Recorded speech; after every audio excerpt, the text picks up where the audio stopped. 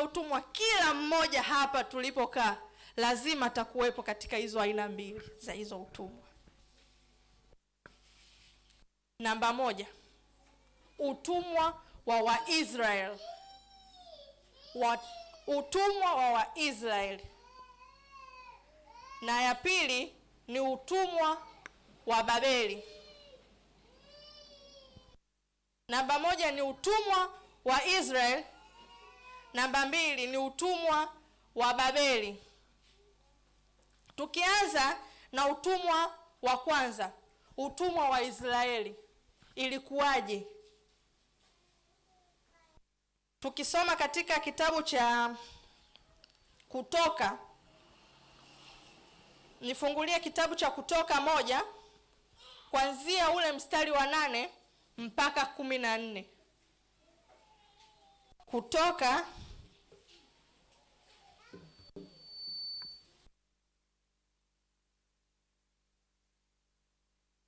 Kutoka 1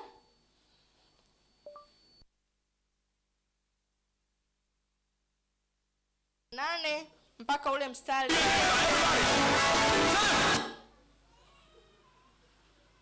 Kutoka 1 8 mpaka ule mstari wa 14. Nawe nasema, basi akainuka mfalme mpya kutoka Misri asiyemjua Yusufu. Akawaambia watu wake, angalieni, watu hawa wana wa Israeli ni wengi, wana nguvu kuliko sisi. Haya, na tuwatendee kwa akili, wasije wakaongezeka. Tena ikitokea vita, wao nao wasije wakashikamana na adui zetu na kupigana nasi na kutoka katika nchi hii. Hapa ukianza kuanzia mstari wa 4 nakwambia, basi akainuka mfalme mpya kutawala Misri asiyemjua Yusufu. Ukianzia kule mwanzo, utumwa huu ulikujaje? Ni pale Ibrahim alipoahidiwa na Mungu kwamba wewe utakuwa baba wa mataifa na uzao wako utakuwa katika nchi ya kigeni. Hapo ndipo ulipoanzia utumwa. Mungu alivyomwambia Ibrahimu kwamba uzao wako utaishi katika nchi ya kigeni kwa miaka 40. Tunasema neno la Mungu linaishi. Na kweli ilikuja ikatokea. Ilitokea kwa namna gani? Pale Yusufu alipokuja yeye kuzaliwa, akakuwa, ndugu zake wakaja wakamtesa. Walivyokuwa wanamtesa, wakamtupa huko kwenye shimo, akaja akachukuliwa akapelekwa Misri. Hapo ndipo process ya Mungu inapoanzia. Hapo ndipo utumwa ulipoanzia. Alienda kawa Misri kule kwa ndoto. Kila mtu naamini hapa anaijua hiyo historia vizuri tu. Bwana Yesu asifiwe. Tutaelewana taratibu. Tutajua ni tupo kwenye kundi gani la utumwa hapa. Kwa hiyo yule alivyoenda kule Misri, akapata neema, akawa waziri kule kwa yule mfalme. Mwisho wale ndugu zake pakatokea janga huko la njaa kubwa sana, wakarudi huku wakaenda, lakini yule Yusufu aliwatambua ndugu zake. Baada ya kuwatambua, alifanya figisu, mara anamtaka sijui Ibrahimu, anamtaka Benjamin, akamwekea kikombe.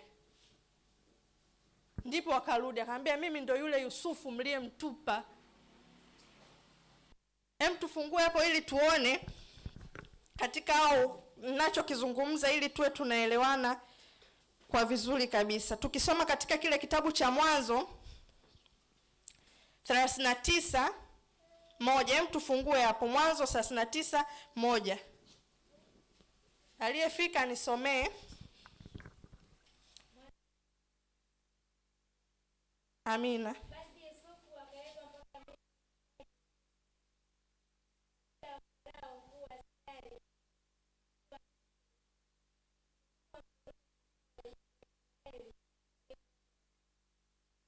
Amina. Unaona hapo kabisa kwamba huyu hapa alinunuliwa. Baada ya kununuliwa ndipo alipofanyishwa kuwa waziri mkuu. Ndipo wale ndugu zake wakachukuliwa. walivyochukuliwa, Yusufu akawaokoa. Hapo ndipo mtego wa Mungu neno la Mungu ndipo linapoanza kutimia kwa namna ya ule utumwa wa miaka 40. Ndipo hapa ilipoanzia. Source ni katika Yusufu. Huo utumwa ulikuja katika Yusufu. Lakini Mungu alizungumza na Ibrahimu kwamba uzao wako ndio utaenda utumwani kwa miaka 400. Lakini ulikuja kwa Yusufu. Akawa waziri mkuu. Ndugu zake akawachukua vizuri. Baadaye akaenda akamwambia mfalme kwamba tukienda mbele za mfalme, waambie mfalme kwamba sisi ni wafugaji, tunaitaka nchi ya Goshen. Mji ule wa Goshen, kwamba mji wa Goshen ulikuwa na ile ardhi ya rutuba ya malisho ya mifugo. Bwana Yesu asifiwe sana. Wale watu ndugu zake na Yusufu na ukweli walipewa ile mji wa Goshen kwa sababu ulikuwa ni mji wenye rutuba wa kulishia mifugo. Hata wewe hapa ulipo una mji wako unaoupenda. Hata mtu aje kukuuliza hapa, Joseph, unaupenda mji gani? Wewe mwenyewe moyoni mwako unasema mimi natamani nikae mkoa fulani, kwamba wewe ndicho ulichovutiwa nacho. Ndivyo wale nao waliulizwa, unapenda mkoa gani? Akasema napenda Goshen kwa sababu sisi ni wafugaji. Wakajisahau. Walipewa, wakawa na maisha mazuri. Walikuwa ni watu 70 wa Israeli ndio walioingia Misri kwa wakati huo. Walikuwa watu 70 wa Israeli ndio walioingia Misri kwa wakati huo hapo kwa kivuli cha Yusufu. Wakajisahau. Wakaamini kwamba ile nchi ni yao kwa sababu wamepewa mji ambao wao wanaupenda, kwa sababu wamepewa eneo ambalo wao wapo favorable na wao walivyo, kwamba wao ni wafugaji, wakapewa mji ambao una mamiti ya wafugaji. Wafugaji wanaelewa kwamba eneo hili hapa linafaa. Ndicho walichopewa wana wa Israeli. Ikatokea nini katika Kutoka 1 huo mstari wa 8 nasema kwamba Yusufu akaibuka mfalme mpya ambaye hamjui Yusufu. Akainuka mfalme mpya ambaye hamjui Yusufu. Bwana Yesu asifiwe sana. Tunaelewana kanisa? Baada ya kuinuka yule mfalme mpya ambaye hamjui Yusufu alikuwa wa namna gani katika pale Israeli, ndipo utumwa ulipoibuka.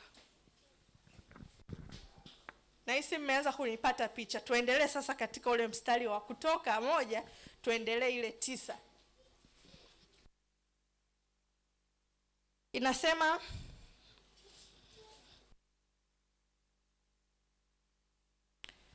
anasema tuanzie ile 8, anasema basi akainuka mfalme mpya kutawala Misri asiyemjua Yusufu. Akamwambia watu wake, angalieni, watu wa wana wa Israeli ni wengi, tena wana nguvu kuliko sisi. Haya, na tuwatendee kwa akili, wasije wakaongezeka.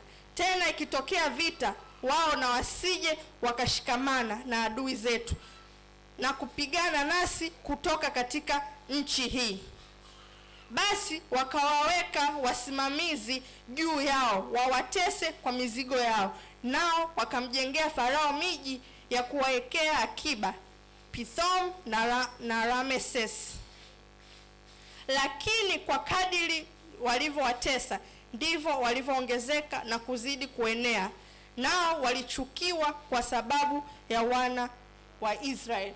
Ni kwamba baada ya hapo wale watu wakazidi kuongezeka. Baada ya Yusufu kufa, baada ya yule mfalme aliyokuwa anamfahamu Yusufu akafariki na yeye pia, akaja kuibuka mfalme ambaye asomfahamu Yusufu kabisa.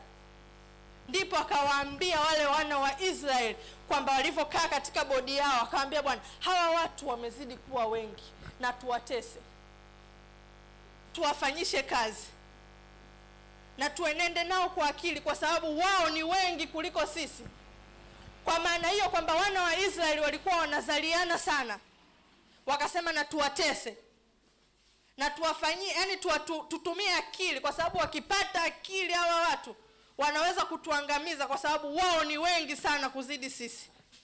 Huyo ndiye mfalme wa Misri kwa kipindi hicho, namna alivyokuwa anazungumza ili kwa utumwa wa Israeli namna ulivyotokea. Bwana Yesu asifiwe sana. Tunaelewana kanisa? Amen. Baada ya hapo sasa ndipo ulipoanza utumwa. Hawa watu hawakupata nafasi ya kwenda hata kusali, kwa sababu walipewa makazi ya kutosha. Walitofua matofali 600 kwa siku kwa miaka 400. Msisahau ile miaka ambayo Mungu alimwahidia Ibrahim kwamba uzao wako utaenda katika nchi ya kigeni. Itakuwa utumwa wa miaka 40. Naam, hapo ndipo utumwa ulipoanza kwa wana wa Israeli, kwamba walipewa kazi za kutosha, walifanyishwa kazi za kutosha, hawakupata nafasi ya kwenda kumwabudu Mungu. Wao ni matofali, wao sukuma pale, rudisha hapa, yani wanafanya kazi bila kupumzika. Wakichoka, wakilala wamechoka. Hata wewe mwenyewe ukifanya kazi kwa bidii sana, siku nzima hujapumzika, unachoka. Hawakupata ile nafasi ya kukaa wao na kujifikiria wao kama wao waweze kumwabudu Mungu wao. Hawakupewa hiyo nafasi. Hao ndio wana wa Israeli namna walivyoteseka. Ndivyo hata sisi sasa hivi shetani anakuja kwetu sisi, anakupa ubizi ambao hauna hata maana, anakupa mambo ambayo wewe ufanye, unasahau hata kumwabudu Mungu. Wewe muda wote uko bize, ukiambiwa twende kwenye ibada wewe uko bize, ukiambiwa ufanye hivi wewe uko bize, afu wewe mwenyewe pia uelewe uko bize kwa ajili gani. Muda wote wewe uko bize, muda wote ukitaka kufanya hivi unaambiwa ufanye hivi. Na shetani akija mbele yako, haji kwamba eti anakuja kukuambia kwa hoja ambayo haina msingi. Anakuja kukuletea hoja yenye msingi kabisa. Anakuja anakuambia unataka uende ibada ya katikati, watoto wana chakula kesho. Na ukikaa unasema kweli sina hata hela, unaona ngoja niende kwenye kibarua. Unakuja unasahau kwamba shetani anakuja anakupa wewe kazi, anakuja kukupa wewe hoja ambazo kulingana na maisha yako. Anakuja kukupa changamoto inayoendana na maisha yako wewe mwenyewe, ambayo ukija ukikaa mwenyewe unasema lakini ukweli. Ndivyo hicho wana wa Israeli walichokuwa wanafanyiwa. Hawakuwa na nafasi ya kumwabudu Mungu. Tunaelewana kanisa? Bwana Yesu asifiwe sana. Kwa hapo sasa mshaanza kuona namna moyoni mwako wewe mwenyewe unazungumza, je, mimi ni mtumwa wa Israeli ama si mtumwa wa Israeli? Ndani yako wewe mwenyewe unajiona maisha yako. Kila mtu anaijua nafsi yake anavyozungumza kwamba tayari hapa mimi nishakuwa mtumwa wa Israeli au sio mtumwa wa Israeli. Kwamba tayari wewe mwenyewe unajiona nafsini mwako kwamba mimi muda wote nakuwa bize na mambo ya kidunia au najishughulisha sana na mambo ya kimungu. Nafsini mwako tayari una majibu kwamba hawa walikuwa ni watumwa wajinga kabisa. Hawa walikuwa watumwa ambao hawana ile nafasi kabisa kujielezea. Wao walikuwepo tu, wapo wanazaliana, kazi yao wao wanafanya matofali, wanapewa makazi, hawana muda wao wenyewe kuwaza maisha yao, hawana muda kumfikiria Mungu wao. Wao walikuwa ni watumwa wajinga. Ndio maana huyu mfalme alisema na tuwatendee kwa akili, kwamba wasije wakazinduka wakatuangamiza. Tuwatendee kwa akili wasije wakasituka wakatuangamiza. Ndivyo hata shetani anakuja kwako. Na nimtendee heri eti kwa akili, asije akashtuka akaokoka. Kwa sababu anajua tunazo akili. Anajua tunao utashi. Anajua sisi ni wana wa Mungu, tumefanywa kwa mfano wake, kwamba hawezi akaja kichwa. Kwa hiyo anakuletea ile changamoto inayoendana na maisha yako. Huyo ni mtumwa mjinga. Bwana Yesu asifiwe sana. Twende utumwa wa pili. Nimesema utumwa wa pili ni utumwa wa aina gani? Utumwa wa Babeli. Utumwa wa Babeli. Tukifungua katika kile kitabu cha Daniel 1 kuanzia ule mstari wa 1 mpaka ule mstari wa 5. Utumwa wa Babeli. Tuone huu utumwa wa Babeli ulikuwa namna gani. Hem, tufungulie hiyo Daniel 1 mpaka 5.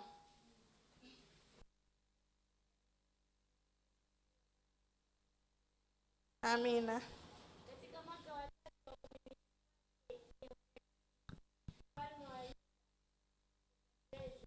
mfalme wa Babeli kwenda Yerusalemu, Bwana na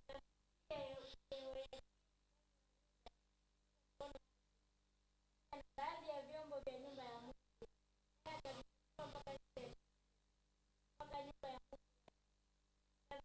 Vile vyombo katika nyumba ya Mungu wake, mfalme akamwambia awalete baadhi ya wana wa Israeli, uzao wa kifalme, uzao wa Bwana, vijana wasio na mawaa, wazuri wa uso, wa hekima, werevu kwa ya maarifa yao, fahamu elimu, waweza kusimama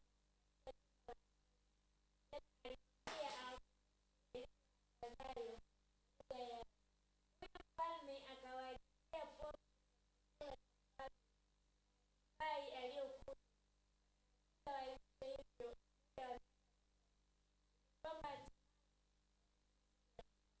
Amina.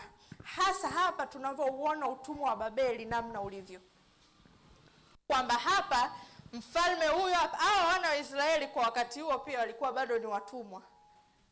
Ndio maana anakuambia niletee watumwa wa Israeli, wana wa Israeli huko, wenye akili, wenye utashi, wenye hekima.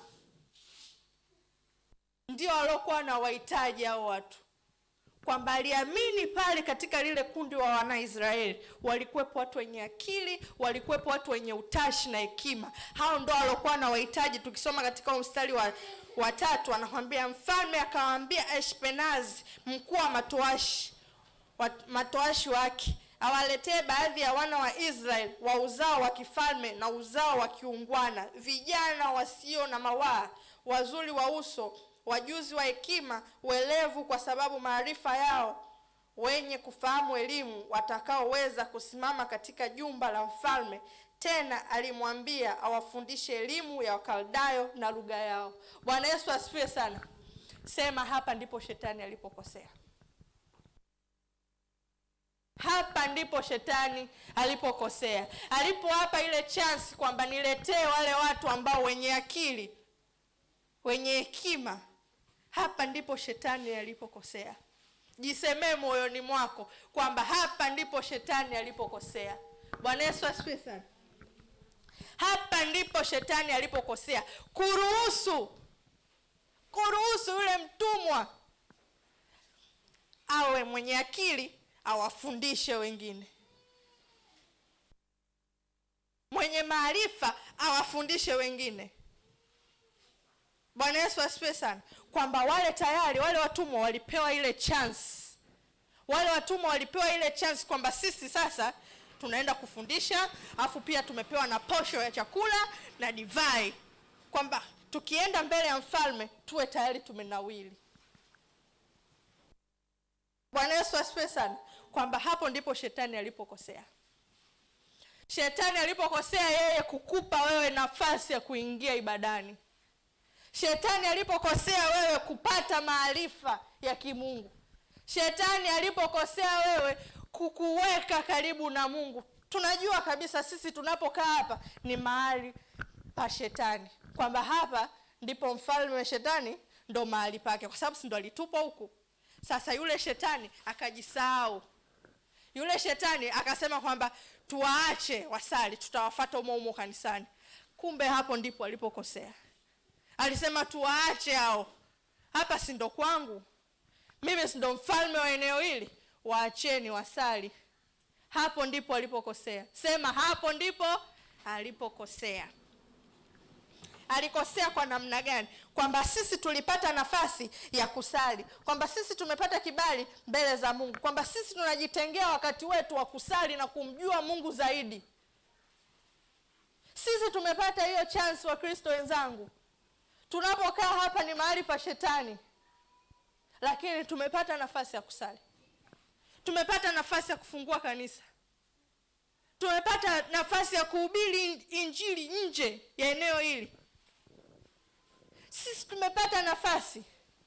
Kama tayari tumepata nafasi, na tuitumie, kwa maana hapa mahali ni pa kiti cha enzi cha shetani, ndipo kilipo hapa. Sisi hatujao hawa watumwa wajinga.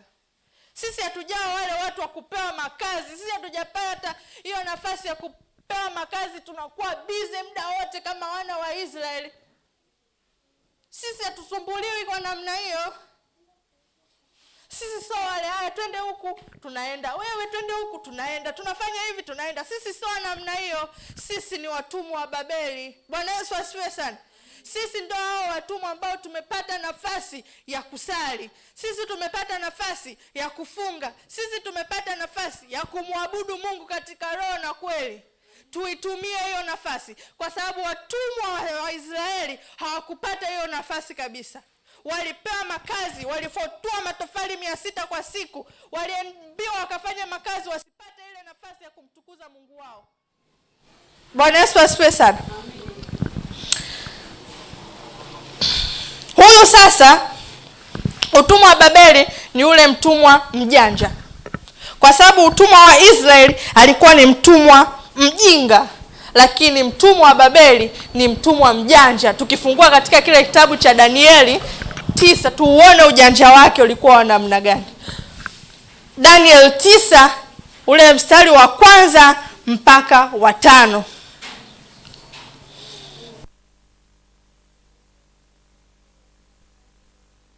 Amina. Katika mwaka wa kwanza wa Dario wa Medi aliyetawala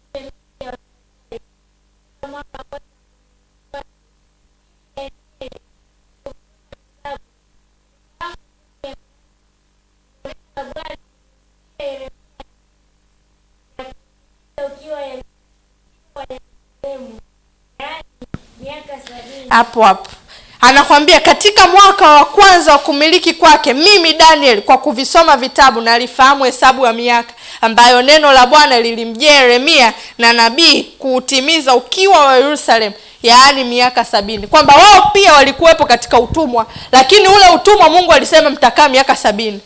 Lakini ule utumwa wa wana Israeli waliambiwa watakaa miaka 40, lakini hawakupewa ile nafasi ya kujua kwamba sisi tumeambiwa tukae jamani miaka 40 hapa. Hawakupewa ile nafasi kwa sababu walipewa kazi kibao. Walipewa hali ya kutofua matofali kwa muda mrefu. Mungu aliwaambia tu mtakaa miaka 40, lakini wao kilikuja kutokea nini? Walikaa miaka mingapi? Walikaa miaka 430. Kwa sababu hawakuwa na ule uelewa wa kusoma vile vitabu. Walikaa miaka 430. Baada ya hapo Mungu yeye mwenyewe akasema basi hawa naona hawawezi kutoka. Ndipo Mungu akamuinua Musa awatoe. Lakini bado wale watu walikataa.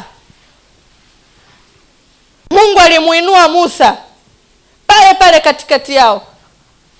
Lakini bado wale watu walikataa, kwamba ile miaka 430, ile 30 Mungu hakutaka wale watu wawepo pale. Mungu alitaka miaka 400 tu, lakini ile 30 wale watu walikuwa na goma. Musa anajaribu kuwatoa, lakini wale watu wanasema Musa, bora tungetuacha tu hapa hapa. Umeona sasa adhabu zimezidi. Umeona sijui mambo gani yamezidi. Wanaanza kumlalamikia Musa. Bwana Yesu asifiwe sana. Ndivyo hata sisi wenyewe unapewa nafasi ya kwenda kusali. Unaona mbona kazi zinazidi, mbona maisha yanazidi kuwa magumu, mbona mimi sipati hela, sijui mimi ni nini, unaanza kujilalamikia. Kumbe hapo ndipo ilikuwepo karibia na neema yako, lakini wewe kushtuka ukawa uwezi, kwa sababu shetani amekupa wewe kazi nyingi sana. Shetani amekufanya wewe uwe na mambo mengi sana. Mungu alikuahidia kuteseka kwa miaka 2, lakini unajikuta unateseka kwa miaka 5, kwa sababu wewe mwenyewe unaambiwa, mtu anakuja kukupa neema kwamba toka hapo, lakini wewe usikii. Ndipo wale wana wa Israeli wanaambiwa ondoka, neno la Bwana limenijia, mnaondoka utumwani. Lakini walivyopewa makazi ya kazidi, wakamwambia Musa, bora tungebaki tu hapa, mbona tulikuwa tuna maisha yetu mazuri, sisi tunatofua matofali 600, lakini imekuwaje mpaka sasa hivi tunaambiwa tukachukue na hayo manyasi na matofali yawe vile vile 600? Bora utuache tufie huku. Neema inakujia kuokolewa, lakini wewe bado umejikunyata hivi. Lakini wewe bado hutaki kuondoka. Unataka tu uendelee kuwa yule mtumwa. Unataka tu uendelee kukana kazi zako vile vile. Unataka tu uendelee kuwa na maisha yako hivyo magumu, kwamba bora tu afadhali ya jana, maisha tu yanakuwa yanaendelea. Bwana Yesu asifiwe sana. Unaanza kusema, yani toka nimeanza kusali maisha yanazidi kuwa magumu, sijui maisha yanazidi kufanya nini. Wewe mwenyewe unaanza kujiambia, kumbe neema yako ilikuwa imekaribia, lakini wewe kwa sababu hujapata yale maarifa ya kwamba uliambiwa ukae katika shida kwa muda gani, hujui hilo. Sisi sio watumwa wajinga. Bwana Yesu asifiwe sana. Roho Mtakatifu atusaidie kutoka katika huo utumwa wa kijinga, utumwa wa Israeli. Bwana Yesu asifiwe sana. Tuendelee katika huu utumwa wa Babeli. Hii 9, tuendelee mstari wa 3 unaosema, nikamwelekezea Bwana Mungu uso wangu, ili kutaka kwa maombi na dua pamoja na kufunga na kuvaa nguo za magunia na majivu. Nikamwomba Bwana Mungu wangu nikiungama nikisema, Bwana Mungu mkuu mwenye kutisha, ashikae maagano na rehema kwao wampendao na kuzishika amri zake. Tumefanya dhambi, tumefanya ukaidi, tumetenda maovu, tumeasi, naam hata kwa kuyaacha maagizo yako na hukumu zako. Unaona katika huu mstari hapa kwamba Daniel amepata nafasi ya kusali. Daniel amepata nafasi ya kuomba toba. Daniel amepata nafasi ya kwenda magotini mwa Mungu. Kwa sababu hata walipopewa posho ya chakula walikataa. Walivyoambiwa tumepewa maposho ya chakula mle kabla mjafika kwa mfalme, walikataa. Ambaye alikuwa ni Daniel, Abednego, Meshach na Shadrach. Walikataa. Wakasema sisi hatuli chakula hicho.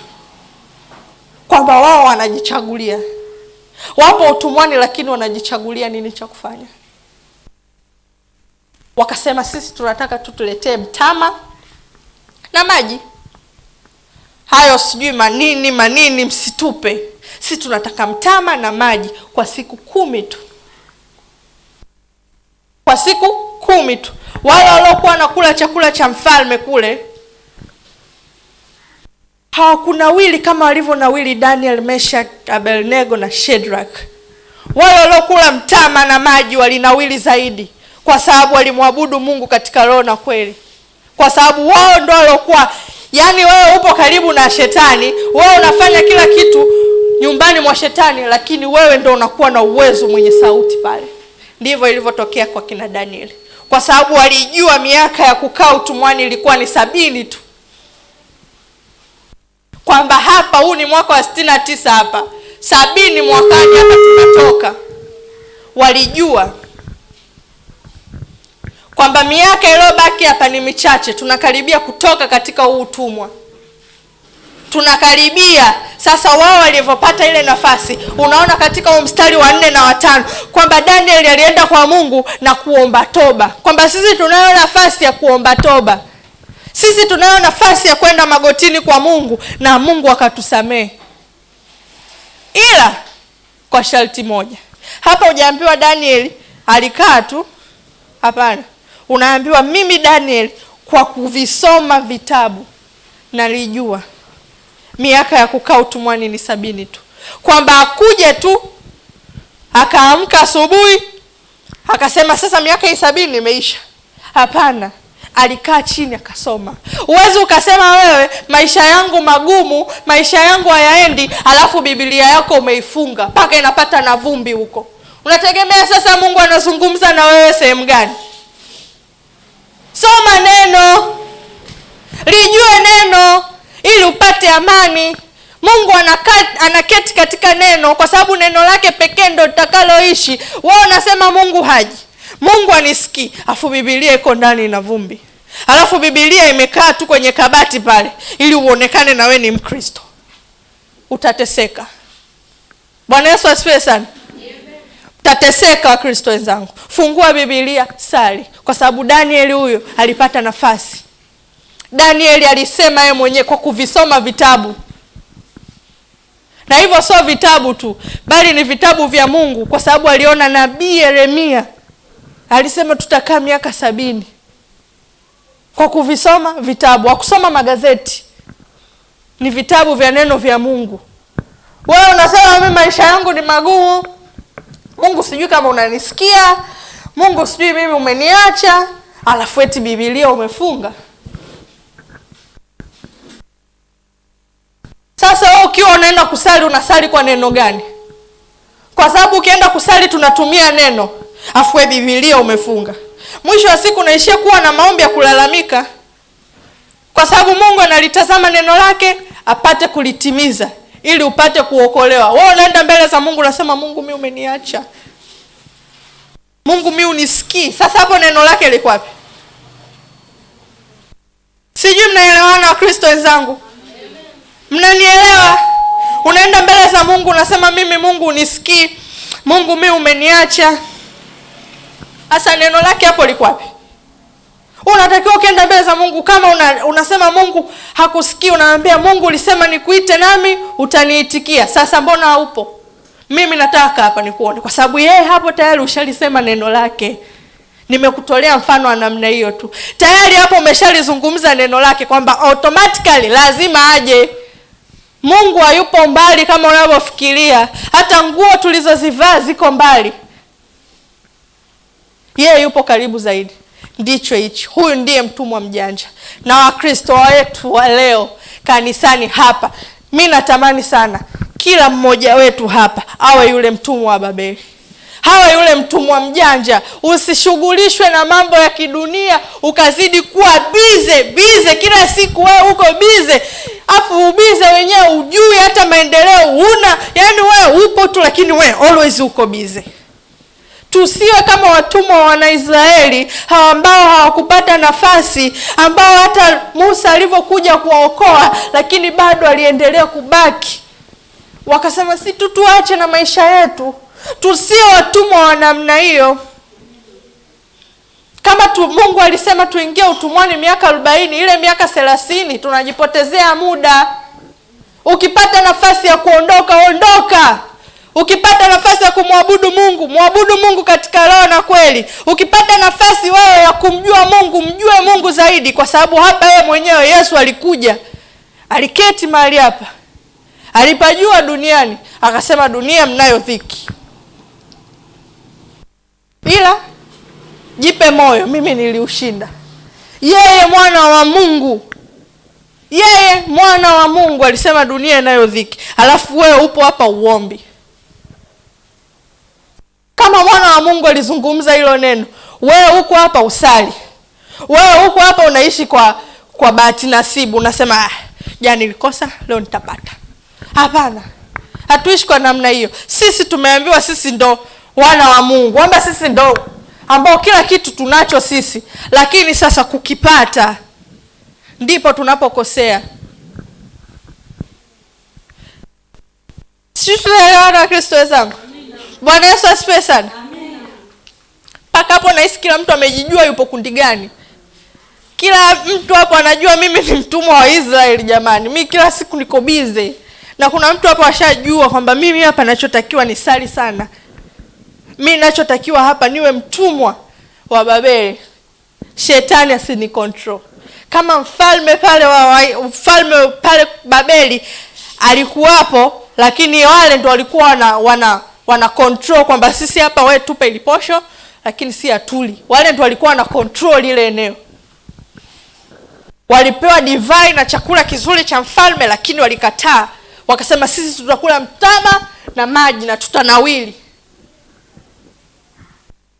Kwamba upo katika kiti cha enzi, lakini wewe usiseme kwamba yani duniani hapa nyie acheni tu, tunaishi kwa bahati nasibu. Sio bahati nasibu.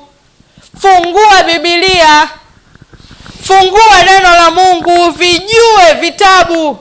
Ujue wewe utakaa utumwani kwa muda gani. Kama hapa sisi tulipo, tunachotakiwa kufanya ni kuwa wale watumwa wajanja. Tusikae eneo moja. Mtu anakuja anakuambia jamani kanisa lile pale linaponya, Yesu yupo, unaona hawa matapeli. Unaona hawa wanahitaji sadaka. Hapana, ni neema yako imekujia mlangoni mwako, lakini unakataa kama wana wa Israeli.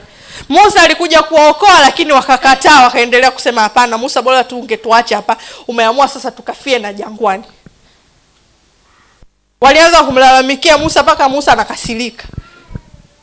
Bwana Yesu asifiwe sana. Tumeelewana kanisa? Tusimame kwa ajili ya maombi. Tusimame ili tutoke katika huo utumwa wa wana wa Israeli.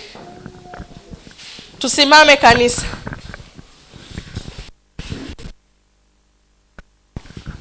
Tusimame kanisa ili tuweze kutoka katika ule utumwa wa wana wa Israeli, bali tukae katika ule utumwa wa Babeli. Tusiendelee kusumbuka na kazi zetu za kila siku. Kazi zetu zisitusumbue. Tupo duniani, tunayo nafasi. Sisi ni wana wa Mungu.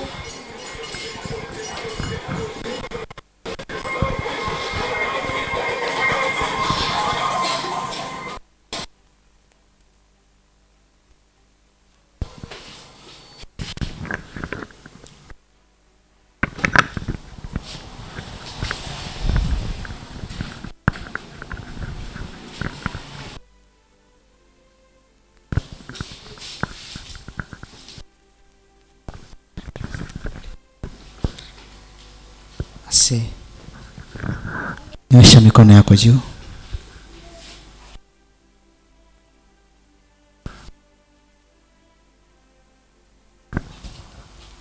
Kwa kweli Mungu wetu anaweza kusema na mtu kwa njia nyingi.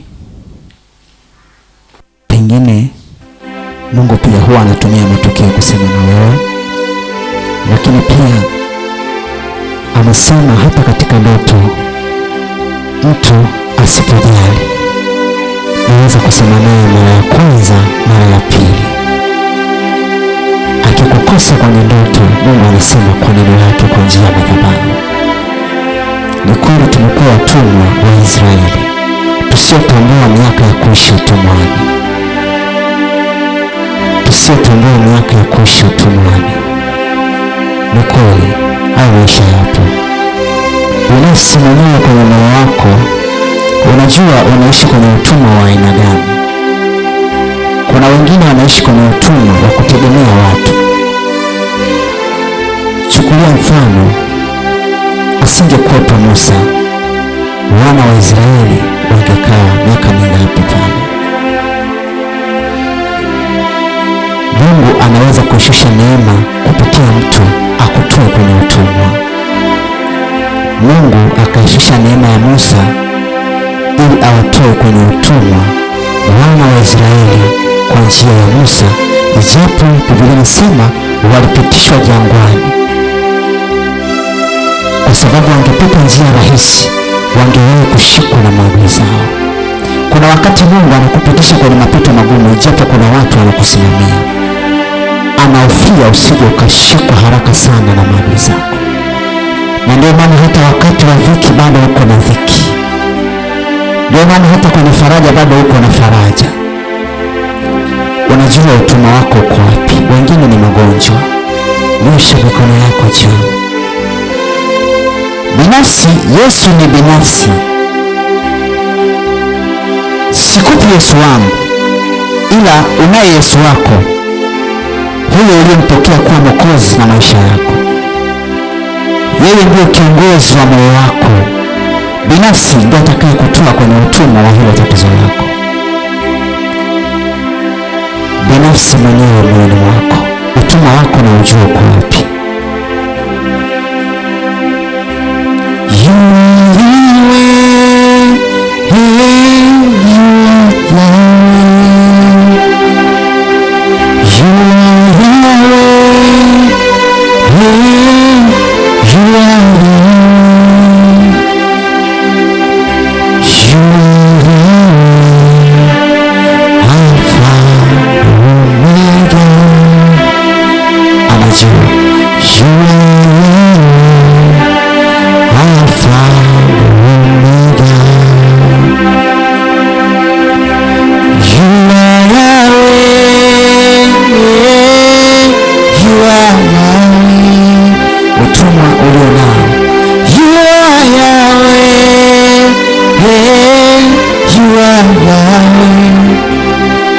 Yesu ni peke yako tu.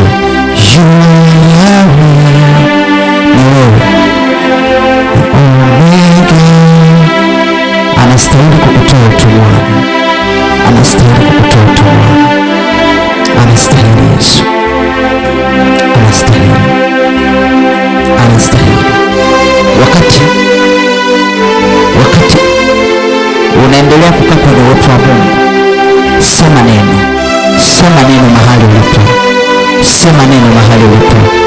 Amesema nalitazama neno langu nipate kulitimiza. Usipotamka neno, maana yake hautakuwa na neno la Mungu. Mungu anataka litimize neno. Amesema hutaishi kwa mkate, bali kwa kila neno linalotoka kwenye kinywa cha Mungu. Maana yake neno utakalolisema litakuwa limetoka kwenye kinywa cha Mungu. Akamwambia Yeremia, nalitazama neno langu kupitia kinywa chako nipate kulitimiza. Sema neno mahali ulipo. Usiposema neno, maana yake umeridhika na utumwa. Danieli hakunyamaza. Danieli hakunyamaza. Biblia inasema akaamua kuzungumza kwa njia ya toba kwa neno. Akasema kwa kuvisoma vitabu. Maana yake alitumia neno la Mungu. Hapo ulipo nataka useme neno mwenyewe. Utumwa ulio nao unaujua mwenyewe. Utumwa ulio nao unaujua mwenyewe. Sema neno binafsi, mwambie mimi nipo kwenye utumwa wa magonjwa, nipo kwenye utumwa wa maisha, nipo kwenye utumwa wa mateso. Wewe unajua. Wewe unajua. Sema neno mahali ulipo. Wewe ni Mungu. Wewe ni Yesu. Ukasema ya kwamba nimesikia kilio chao. Walipotoa sauti uliwasikia. Na sisi tunatoa sauti zetu, Yesu tusikie. Yamkini uko mahali hapa, imani yako bado haijakuwa. Petro akamwambia Yesu, tuongezee imani. Usipotamka hata jua unataka nini. Kuna wakati jifunze kutamka neno mahali ulipo. Kuna wakati usikubali kunyamaza. Ezekieli alipoambiwa habari kwamba atengeneze mambo ya nyumba yake, hakunyamaza. Alimtumisha Mungu kwa neno. Nilikuwa mkamilifu kwako. Mahali ulipo ninapozungumza maneno haya, pengine unajua utumwa wako ni kitu gani.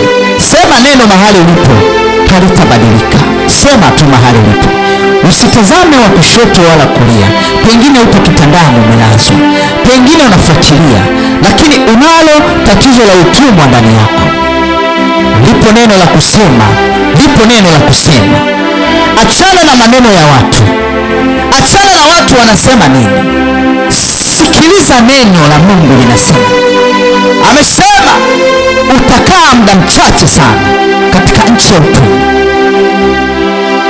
Japo kwako ni miaka mingi sana, lakini ni siku chache.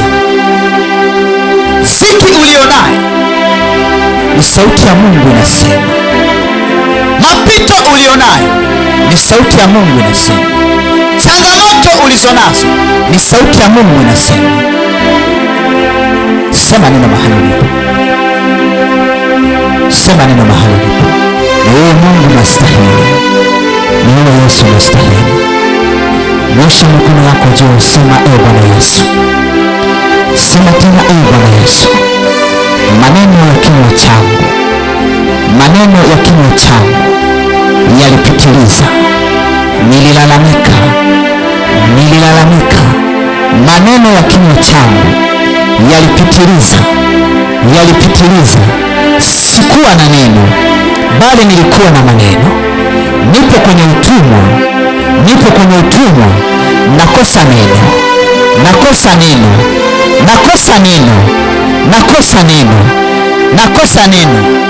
Nakosa neno. Mwambie Yesu, nipo kwenye utumwa, nakosa neno la kusema, nakosa neno. Yesu, unikumbushe neno, kama mtumishi wako Yeremia kwa mara ya kwanza alisema maneno yake, alitamka maneno yake ya kupitiliza, lakini wewe Mungu ulitaka neno kwa mara ya pili. Aliposema ukasema, nalitazama neno langu. Uligundua lile kuwa ni neno ndani yake. Mwambie Yesu, nipe neno. Mwambie Yesu, nipe neno. Nipe neno la kusema wakati wa ziki, wakati wa jangwa. Nipe neno Yesu, nipe neno Bwana, nipe neno Mfalme, wakati wa mateso yangu.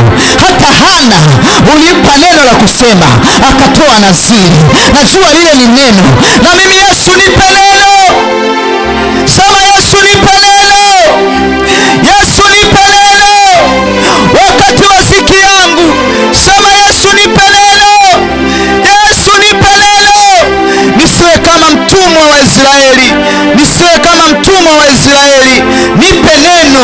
Nipe neno Bwana. Nisiwe na maneno ya kupitiliza, nisiwe na maneno ya kulalamika, nisiwe na maneno ya kulia. Nipe neno Yesu. Yesu nipe neno moja, lile neno utakalolitazama wewe, neno utakalolitazama.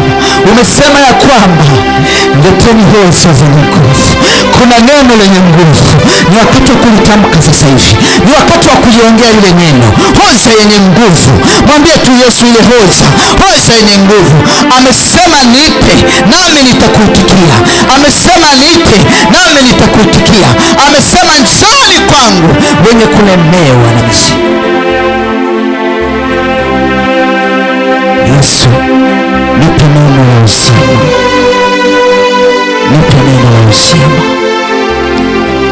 Yule akida akasema, tuma neno tu Bwana na mgonjwa wangu atapona.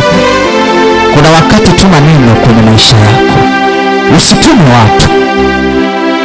Kuna wakati unapopitia changamoto, litume neno la Mungu. Litume neno.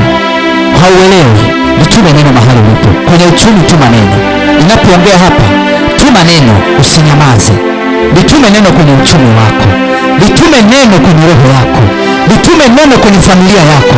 Litume neno la Mungu kwenye uchumi. Litume neno la Mungu kwenye elimu yako. Usinyamaze. Tuma neno. Akamwambia Petro, nenda ukavue samaki. Ndani ya samaki utakuta kuna shekeli za pesa. Kuna wakati uchumi umemezwa, lazima utume neno. Mwambie Yesu, nahitaji. Usinyamaze. Yamkini una uvimbe, tuma neno kwenye ule uvimbe. Yamkini maisha yako hayaeleweki, wewe tume neno tu. Ni heri yule asikiaye neno la Bwana, ni heri yule akilia neno la Bwana. Tuma neno. Lipo neno. Usinyamaze.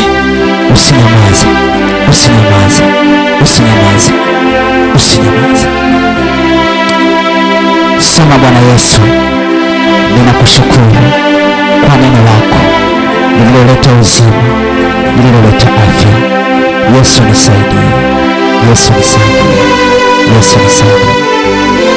Yamkini kuna watu wanayo matatizo, ni kama utumwa kwao. hapo hapo ulipo nitalituma neno mbele yako. Nyosha tu mkono, nitalituma neno hapo hapo ulipo. Haijalishi unapitia changamoto gani, ninalituma neno mahali ulipo. Nalituma neno kama chambo, kama ndoano, likanase, likafyatue, likachimbue, likaibue kilichozamishwa. Neno linafika, neno linatua, neno linafika mahali ulipo, neno linafika mahali ulipo. Yamkini shetani alipandikiza magonjwa, shetani alipandikiza ziki, shetani aliongeza mateso ya maisha yako, shetani aliongeza masumbuko, shetani ameongeza magonjwa. Nalituma neno katikati ya magonjwa ulionayo, nalituma neno kwa jina la Yesu, nalituma neno la Mungu. Bwana Mungu asema hivi: ewe uvimbe, nisikie neno la Mungu. Bwana Mungu asema hivi: nitakausha uvimbe wote kwa jina la Yesu. Maumivu ya kichwa, nalituma neno la Mungu wakati huu. Nisikie neno la Mungu. Bwana Mungu asema, Bwana Mungu asema nitakomesha maumivu. Unalosikia na unanisikia. Maumivu ya tumbo, vidonda vya tumbo, vidonda vya tumbo, nalituma neno la Mungu. Nalituma neno la Mungu. Funika macho yako. Nalituma neno la Mungu. Wewe mwenye vidonda vya tumbo, sasa hivi nitaanza kuona vinaanza kusumbua kwa jina la Yesu. Moto unaowaka kwenye tumbo, moto unaowaka kwenye tumbo, ukiteketeza vidonda, ukihamisha vidonda. Shetani ameamua kukupa vidonda, ushindwe kumwomba Mungu. Nalituma neno sasa hivi, likaguse kila mahali, likachunguze kila mahali katika jina la Yesu. Yesu wa Nazareti, nalituma neno kwa watu hawa ambao wameachilia mioyo yao, na sasa nenda ukawaponye, uwaguse mahali uliposema. Asante Bwana Yesu kwa kuwa umeniponya, kwa kuwa umeniona, ninakushukuru. Amen. Pigia Yesu makofi na vigelegele. Basi mahali hapa mtumishi wa Mungu, mwalimu wetu na mwinjilisti, lakini pia unavyomuona ni kuhani wa Mungu huyo. Amen. Ni kuhani wa Mungu. Iheshimu mamlaka yake, heshimu kuhani wa Mungu mahali popote unapomuona. Mungu hataweza kuzuia neema yake ikushukie. Mahali hapa kuna watu ambao Yesu amewatendea mambo makubwa kwenye maisha yao. Basi nitaomba nimuinue Mama Jeni, lakini pia na Agnes Valonge, kwa kuwa majina yao yameandikwa hivyo. Basi nitaomba mahali popote walipo watu hawa wafike madhabahuni wakiwa na shukurani zao. Jina lake Yesu tamu, tukilisikia hutupoza,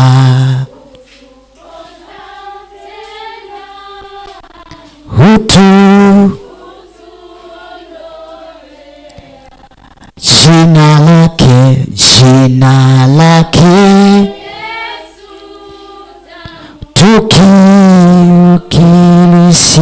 tukilisikia hutupoza, poza tena, hutuondo. Nisikie sauti, hutuondolea,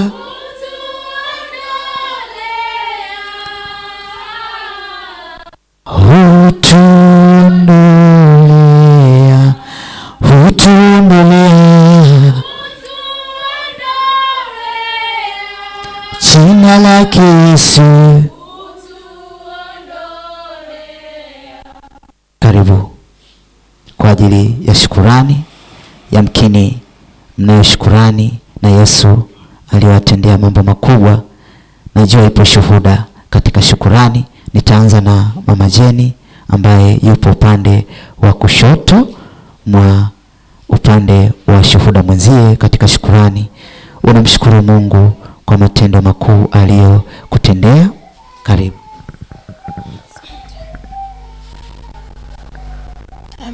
Bwana Yesu asifiwe kanisa. Bwana Yesu asifiwe sana. Mimi niko hapa kanisani kwa ajili ya kumshukuru Mungu madhabahuni.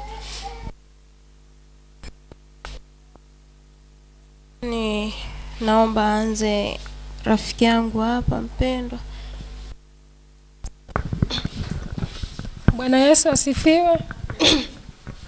Kwa majina yangu naitwa Agnes Valonge, ni shemasi wa mahali hapa. Bwana Yesu asifiwe. Na kila sababu ya kumshukuru Mungu. Hata kufika Jumapili ya leo najua ni Mungu tu. Maana haikuwa rahisi. Ilikuwa siku ya Jumanne, nilikuwa natoka kazini. Huyu rafiki yangu Mama Jeni kama siku mbili za nyuma hivi alikuwa ananiambia kwa anaumwa. Alivyokuwa ameniambia kwa anaumwa, sasa wakati nikiwa natoka kazini nipo njiani, nikasema ngoja nimjulie hata hali, nijue anaendeleaje.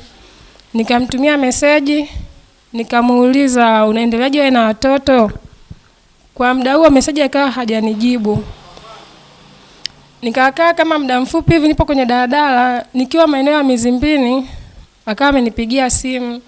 Akaniambia dada mwenzio unaumwa, ninaumwa sana. Mwili unaniuma, nasikia kizunguzungu, sijui kiuno nini. Nikamuuliza je, umepata huduma yote ya kwanza? Akaniambia hapana. Ila nilienda duka la madawa. Kuna dawa nimepewa ila bado sijazitumia. Nikamwambia basi sawa. Usitumie hizo dawa. Kama una hali mbaya sana basi chukua bodaboda hapo Kibada hapo maeneo ya kwenu. Mwambie akupeleke Kibada zahanati pale hospitali. Na mimi natokea maeneo yangu kazini nipo Mizimbini, nikishuka pale Kibada tutakutana wote zahanati pale Kibada. Akaniambia sawa. Bwana Yesu asifiwe.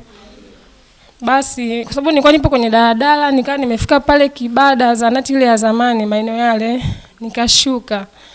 Nilipokuwa nimeshuka nikampigia simu. Nikamuuliza umefika maeneo gani? Akaniambia ndo nimechukua bodaboda ndo naelekea zahanati hospitali. Nikamwambia basi sawa, na mimi nimeshashuka hapa, je nichukue bodaboda na kuja, tutakutana huko. Sasa wakati nikiwa maeneo pale Kibada zahanati ya zamani pale kituoni, nilimwona bodaboda. Sema alikuwa anatokea maeneo kama stendi ya Mwasonga huko. Basi nikaita bodaboda, akasimama.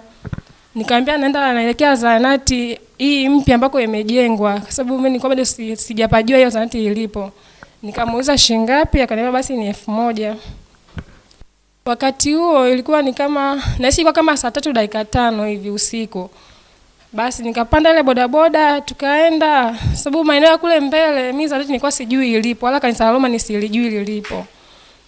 Wakati tulikuwa tunaenda kwa sababu tulipita, tukaona kama kuna yadi, na hisi sijui ni gereji ya magari. Vijana wao wanafanya kazi humo ndani wakawa wanatoka, getini wanafungua geti wanatoka.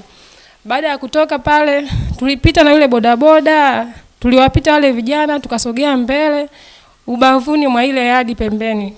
Tukawa tumepita, tukawa tunaenda na yule bodaboda. Sasa wakati tunaenda, tulipita dimbwi la kwanza.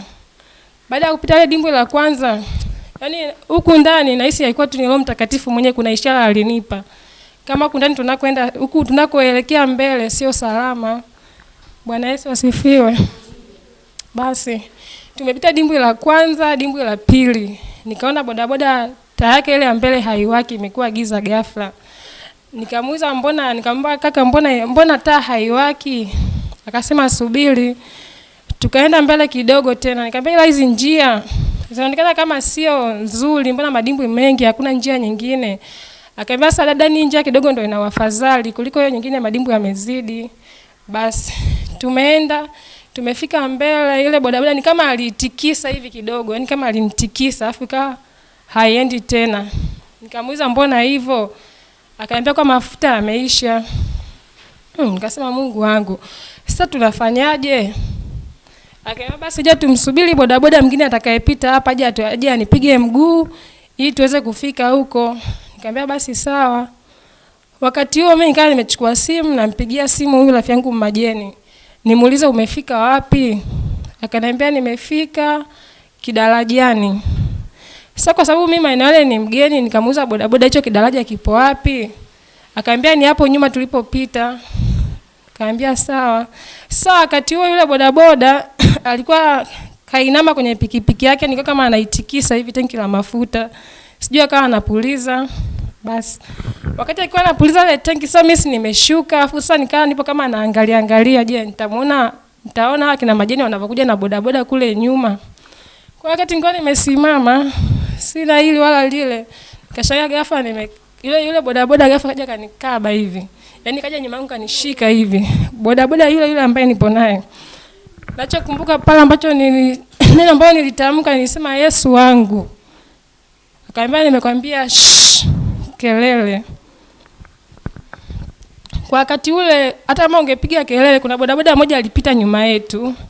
Lakini hisi atakuwa alijua labda ni mtu na mtu wake, labda ni mtu na mpenzi wake, kwa alitupita akaenda.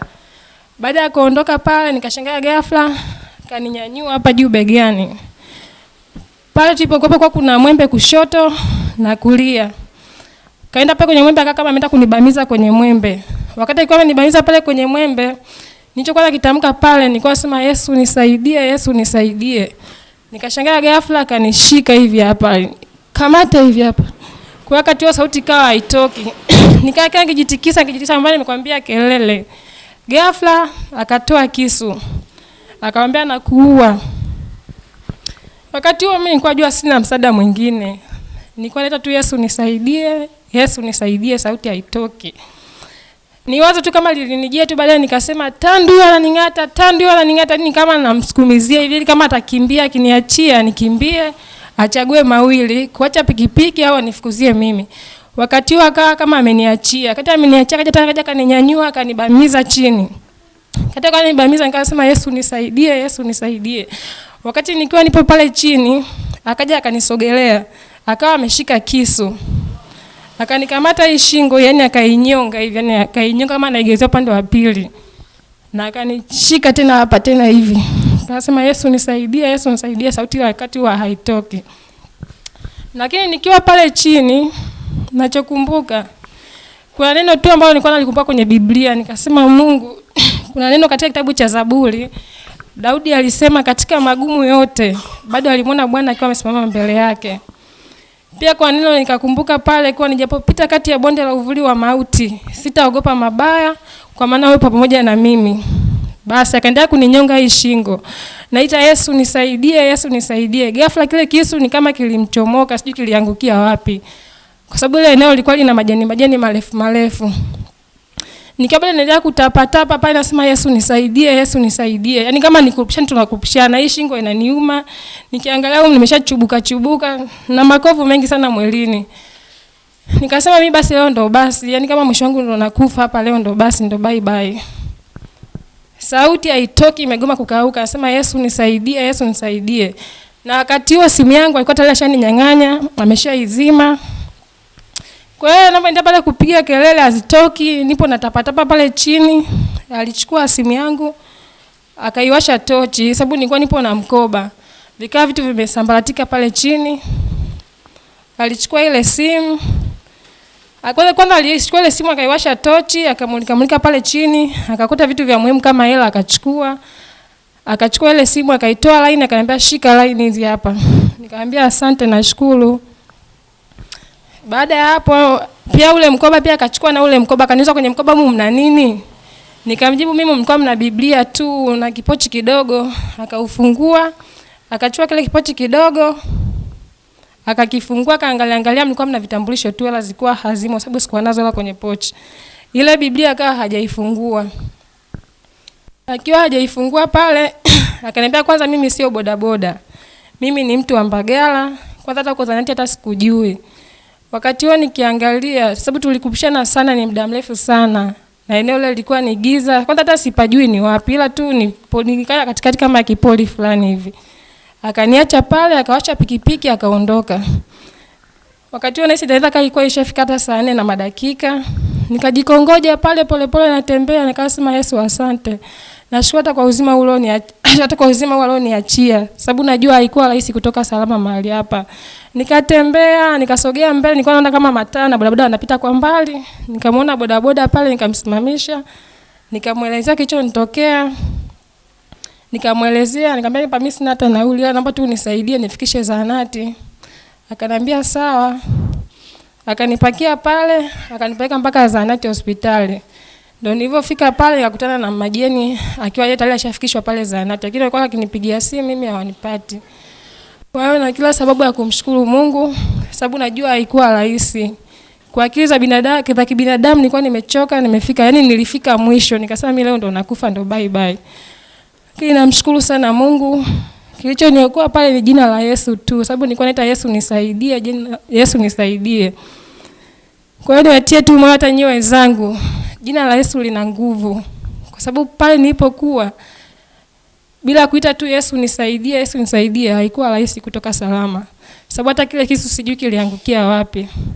Namshukuru Mungu kwa uzima, kwa kunitetea, japo na shukrani yangu kidogo ile pale nyuma. Namshukuru Mungu.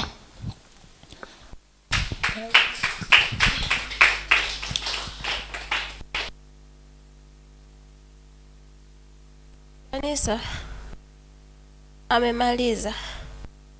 Nami pia namshukuru Mungu. Mpigieni Bwana Yesu makofi mahali mlipo. Biblia inasema atoae dhabihu ya kunishukuru huyo ananitukuza. Amen.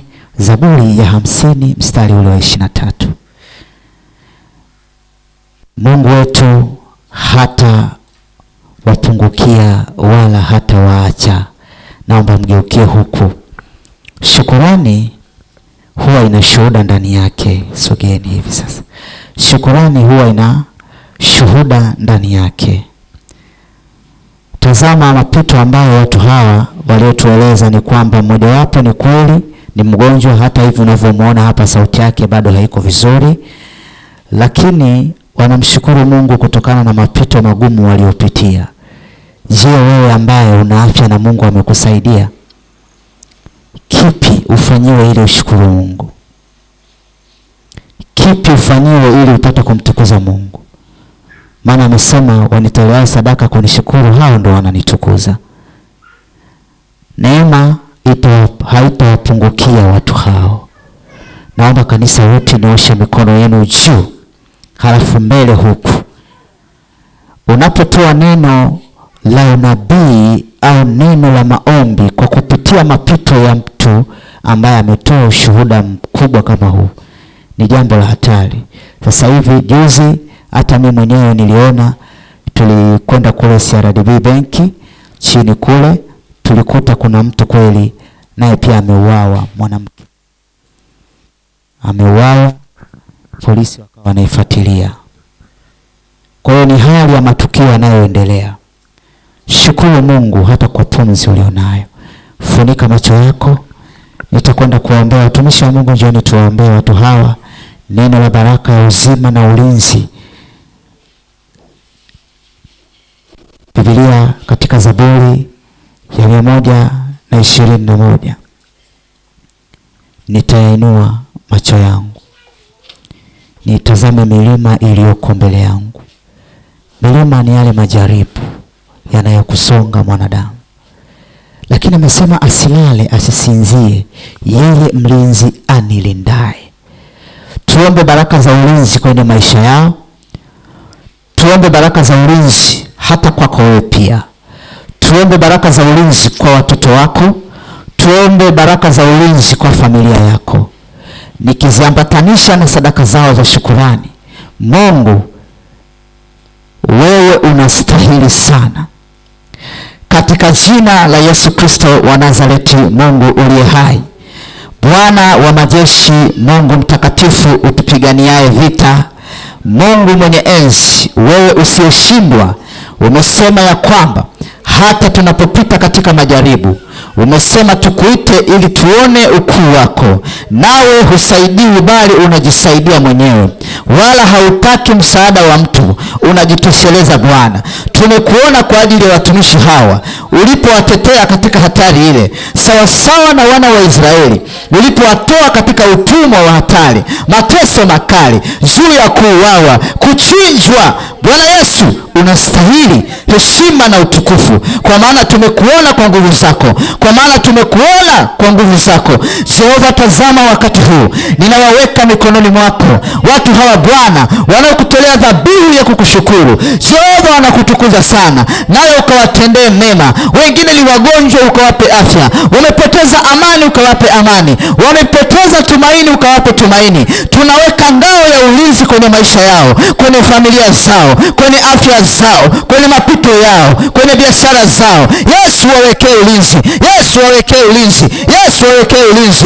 Uwalinde watembeapo, uwalinde walalapo, uwalinde mahali popote, katika jina la Yesu Kristo wa Nazareti. Tunakomesha mateso, tunakomesha mateso, tunakomesha magonjwa, tunakomesha huzuni, tunakomesha kuanzia sasa. Haitaendelea, tunaikomesha kwa jina la Yesu. Kuanzia sasa tunaharibu mifumo yote ya shetani aliyoipanga njiani, maadui wa mbeleni waliopanga matukio, kwa jina la Yesu. Tunakomesha kuanzia sasa, tunairisha hiyo mipango katika jina la Yesu. Mwezi wa 5, mwezi wa 6, mwezi wa 7, mwezi wa 8, mwezi wa 9, wa 10, wa 11 na wa 12, tunazuia ile mipango ya shetani katika jina la Yesu. Yesu, wawekee ulinzi. Mlinzi wao asilale tena wala asisinzie. Tunalitaja jina lako Yesu, lililowaokoa katika mateso, lililowaokoa katika matatizo. Wasio na afya sasa uwape afya, wasio na afya uwape afya, ili waendelee kukutukuza, waendelee kukuona wewe. Ni katika jina la Yesu Kristo wa Nazareti, Mungu aliye hai. Sasa kameramani, utakwenda kurekodi ile shukrani yao. Bwana Yesu awabariki na kuwalinda siku zote, wala hamtalia tena, wala hamtaaibika tena. Mungu awakumbuke katika familia, Mungu awakumbuke katika mapito yenu.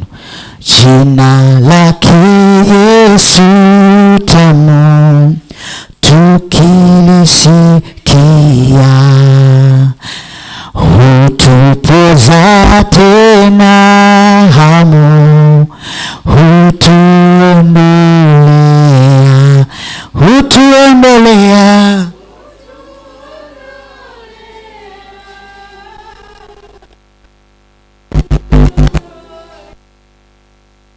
Basi mahali ulipo, simama kwa miguu yako. Labda kama kuna maendeleo yote, basi simama kwa miguu yako, tukafunge ibada. Tumeona shukurani, sementi zile pale 2, na kweli kanisa lilikuwa na uhitaji wa ile sementi. Mungu amewaongoza. Jehova awabariki. Basi kwa uaminifu kanisa limepokea sadaka ile ya shukurani. Basi mahali ulipo, nitaomba usimame. Na wewe ambaye uko nje, tunapokwenda kuzifunga baraka hizi, tungeungana wote kwa pamoja ndani. Na wewe ambaye uko nje, funika macho yako. Bwana Yesu, mimi ninakushukuru kwa kuwa umemtuma mtumishi wako Eliet kwa ajili ya kutulisha neno lako juu ya utumwa wa Israeli na utumwa wa Babeli. Tumegundua ya kwamba kuna aina mbili za utumwa. Kuna utumwa lakini kuna fadhali, lakini kuna utumwa kuna dhiki. Tunakushukuru kwa kuwa sisi ni watumwa wajanja ambao tunayo afadhali ya kukuabudu. Asante kwa sababu ya neno lako. Asante kwa sababu ya shuhuda hizi. Asante Bwana Yesu, zimetufundisha. Asante, tumeuona ukuu wako kupitia shuhuda pia. Tumeona ukuu wako kupitia neno lako. Tumeona ukuu wako kupitia mtumishi wako. Bwana, ukamlinde na kumtetea. Tazama hata watumishi wengine. Tazama hata kanisa lako Bwana. Endelea kuwapigania wengine wanayo mahitaji mbalimbali. Yesu, kupitia ibada ya leo, uwatoe kwenye ule utumwa na wao wakafanyike kuwa baraka na shuhuda kubwa katika jina la Yesu. Bwana Yesu, ninakualika hata katika ibada ya Jumatano, hata ya Ijumaa na hata Jumapili. Na kualika katika idara zote, na kualika katika mwanzo wa wiki wa kazi za mikono yetu, na kualika Bwana Yesu kwa kila vyanzo vya mapato, na kualika Bwana Yesu hata katika masomo, na kualika hata katika mitihani. Bwana, tukakuone, tukawe vichwa wala sio mkia, mahali popote katika familia, hata katika uchumi Bwana, hata ambao hawana kazi. Roho Mtakatifu wafunulie mafunuo ya kazi katika jina la Yesu Kristo tunaomba tukiamini, na wote tuseme amen. Mwende na amani ya Bwana. Msalimie jirani, mwambie Mungu akubariki. Karibu.